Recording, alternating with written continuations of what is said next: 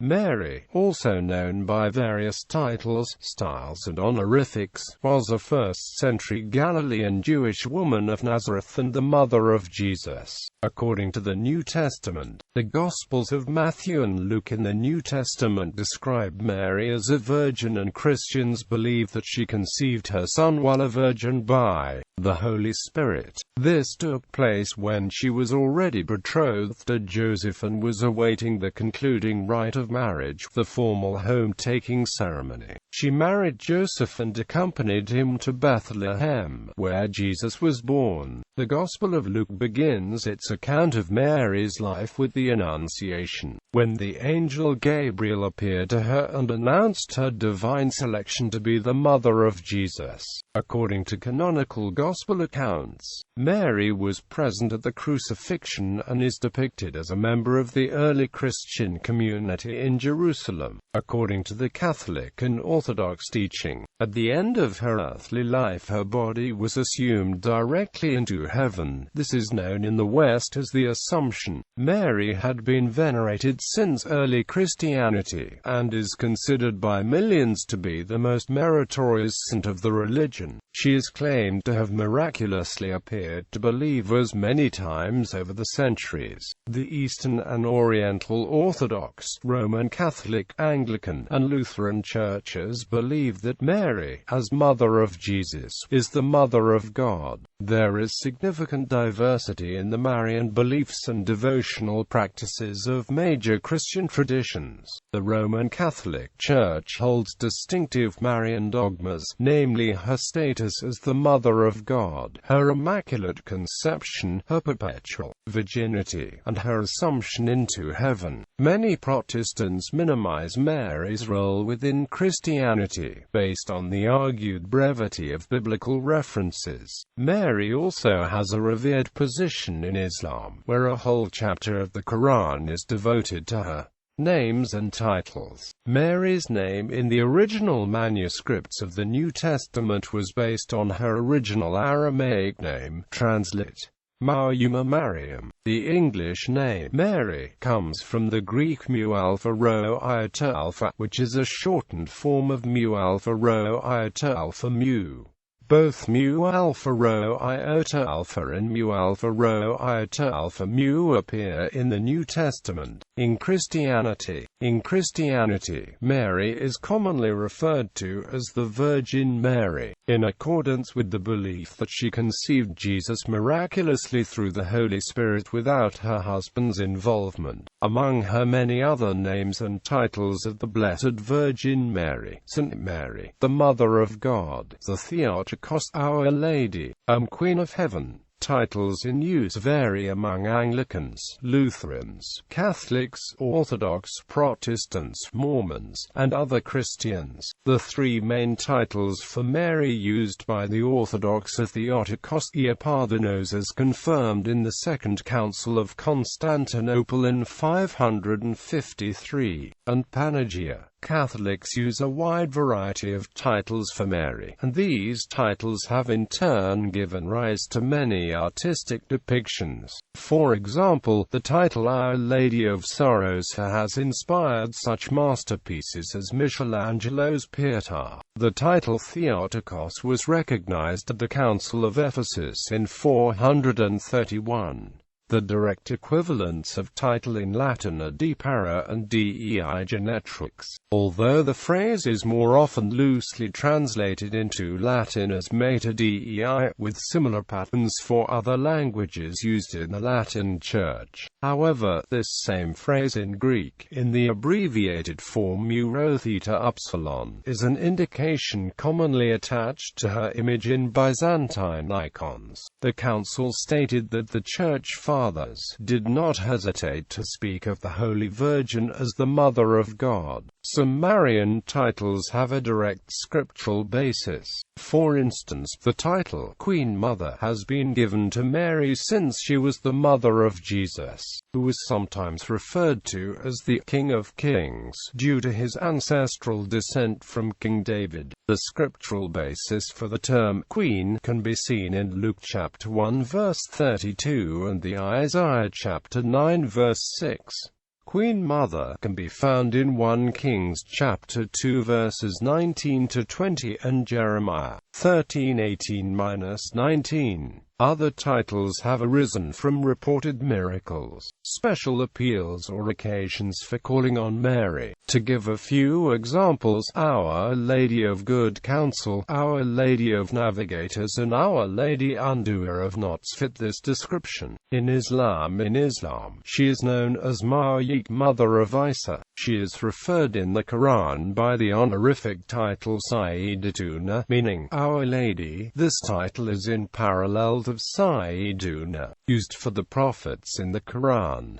A related term of endearment is Siddiqah, meaning she who confirms the truth. Another title for Mary is Qanita, which implies submission to Allah and absorption in prayer and invocation. New Testament. The Gospel of Luke mentions Mary the most often, identifying her by name 12 times, all of these in the infancy narrative. The Gospel of Matthew mentions her by name 6 times, 5 of these in the infancy narrative and only once outside the infancy narrative. The Gospel of Mark names her once by name and mentions her as Jesus' mother without naming her in 3:31 and 3:32. The Gospel of John refers to her twice but never mentions her by name. Described as Jesus' mother, she makes 2 appearances. She is first seen at the wedding at Cana. The second reference, listed only in this Gospel, has her standing near the cross of Jesus together with Mary Magdalene, Mary of Clopas, and her own sister, along with the disciple whom Jesus loved. John chapter 2 verses 1 to 12 is the only text in the canonical Gospels in which the adult Jesus has a conversation with Mary. He does not address her as mother, but as woman. In Greek, calling one's mother woman was not disrespectful, and could even be tender. Accordingly, some versions of the Bible translate it as dear woman. In the Acts of the Apostles, Mary and the brothers of Jesus are mentioned in the company of the 11 who were gathered in the upper room after the ascension of Jesus. In the Revelation to John, Mary is never explicitly identified as the woman clothed with the sun. Jean-Pierre Ruiz makes that connection in an article in New Theology Review, but the belief is quite ancient. Genealogy. The New Testament tells little of Mary's early history. John chapter 19 verse 25 states that Mary had a sister. Semantically, it is unclear if this sister is the same as Mary, the wife of Clopas, or if she is left unnamed. According to the early 2nd century historian Hegesippus, Mary of Clopas was likely Mary's sister-in-law, understanding Clopas to have been Joseph's brother. According to the writer of Luke, Mary was a relative of Elizabeth, wife of the priest Zechariah of the priestly division of Abia, who was herself part of the lineage of Aaron and so of the tribe of Levi. Some of those who consider that the relationship with Elizabeth was on the maternal side consider that Mary, like Joseph, to whom she was betrothed, was of the house of David and so of the tribe of Judah, and that the genealogy of Jesus presented in Luke chapter 3 from Nathan, third son of David and Bathsheba, is in fact their genealogy of Mary, while the genealogy from Solomon given in Matthew chapter 1 is that of Joseph. Annunciation. Mary resided in her own house in Nazareth in Galilee, possibly with her parents, and during her betrothal, the first stage of a Jewish marriage, the angel Gabriel announced to her that she was to be the mother of the promised Messiah by conceiving him through the Holy Spirit, and she responded, "I am the handmaid of the Lord. Let it be done unto me according to your word." After a number of months, when Joseph was told of her conception in a dream by an angel of the Lord, he planned to divorce her, but the angel told him to not hesitate to take her as his wife, which Joseph did, thereby formally completing the wedding rites. Since the angel Gabriel had told Mary that Elizabeth, having previously been barren, was then miraculously pregnant, Mary hurried to see Elizabeth, who was living with her husband Zechariah in Hebron, in the hill country of Judah. Mary arrived at the house and greeted Elizabeth, who called Mary, "the mother of my Lord." And Mary spoke the words of praise that later became known as the Magnificat from her first word in the Latin version. After about 3 months, Mary returned to her own house. Birth of Jesus according to the Gospel of Luke. A decree of the Roman Emperor Augustus required that Joseph return to his hometown of Bethlehem to register for a Roman census.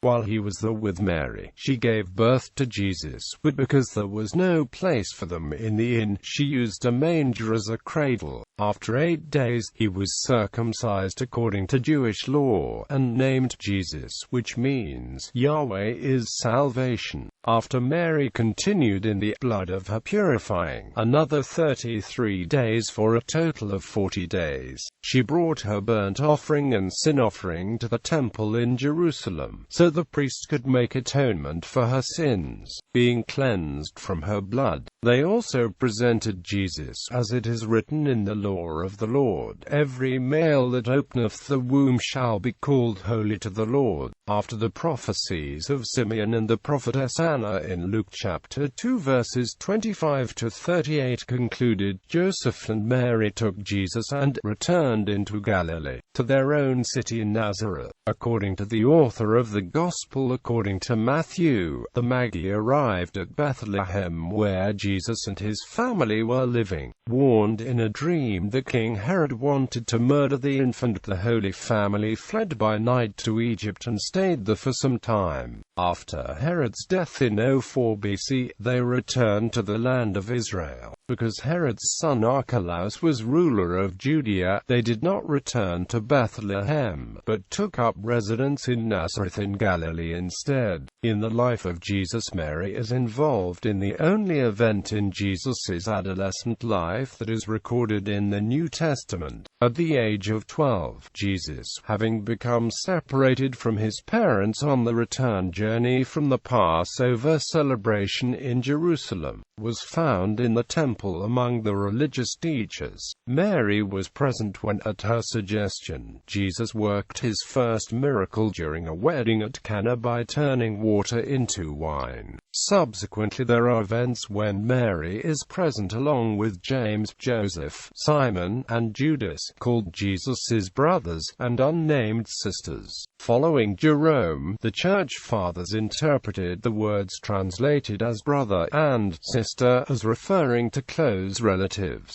The hagiography of Mary and the Holy Family can be contrasted with other material in the Gospels. These references include an incident which can be interpreted as Jesus rejecting his family in the New Testament. And his mother and his brothers arrived, and standing outside, they sent in a message asking for him. And looking at those who sat in a circle around him, Jesus said, "These are my mother and my brothers. Whoever does the will of God is my brother and sister and mother." Quote. Other verses suggest a conflict between Jesus and his family, including an attempt to have Jesus restrained because he is out of his mind, and the famous quote, "A prophet is not without honor except in his own town, among his relatives and in his own home." A leading biblical scholar commented, "There are clear signs not only that Jesus' family rejected his message during his public ministry, but that he in turn spurned them publicly." Mary is also depicted as being present among the women at the crucifixion during the crucifixion, standing near the disciple whom Jesus loved, along with Mary of Clopas and Mary Magdalene, to which list Matthew chapter 27 verse 56 adds, "the mother of the sons of Zebedee," presumably the Salome mentioned in Mark chapter 15 verse 40. This representation is called a stabat mater. While not recorded in the Gospel accounts, Mary cradling the dead body of her son is a common motif in art, called a pietà, or pity. After the ascension of Jesus in Acts chapter 1 verse 26, especially v. 14, Mary is the only one other than the 11 apostles to be mentioned by name who abode in the upper room when they returned from Mount Olive. Some speculate that the elect lady mentioned in 2 John chapter 1 verse 1 may be Mary, for this time she disappears from the biblical accounts, although it is held by Catholics that she is again portrayed as the heavenly woman of Revelation. Her death is not recorded in the scriptures, but Catholic and Orthodox tradition and doctrine have her assumed into heaven. Belief in the corporeal assumption of Mary is a dogma of the Catholic Church, in the Latin and Eastern Catholic Churches alike, and is believed as well by the Eastern Orthodox Church, the Coptic Orthodox Church, and parts of the Anglican Communion and continuing Anglican movement. Later Christian writings and traditions.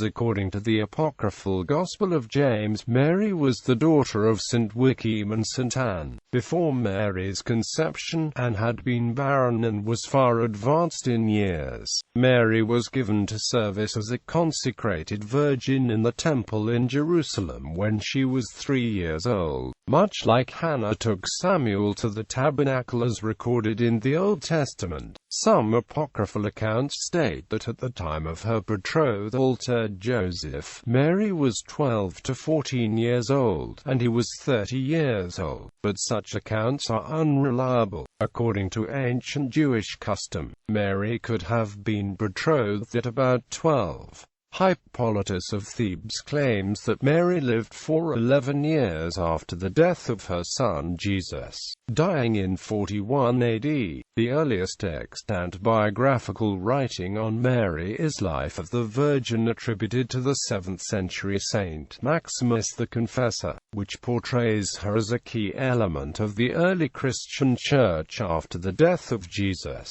In the 19th century, a house near Ephesus in Turkey was found based on the visions of Anne Catherine Emmerich, an Augustinian nun in Germany. It has since been visited as the House of the Virgin Mary by Roman Catholic pilgrims who consider it the place where Mary lived until her Assumption. The Gospel of John states that Mary went to live with the disciple whom Jesus loved, identified as John the Evangelist. Irenaeus and Eusebius of Caesarea wrote in the histories that John later went to Ephesus, which may provide the basis for the early belief that Mary also lived in Ephesus with John.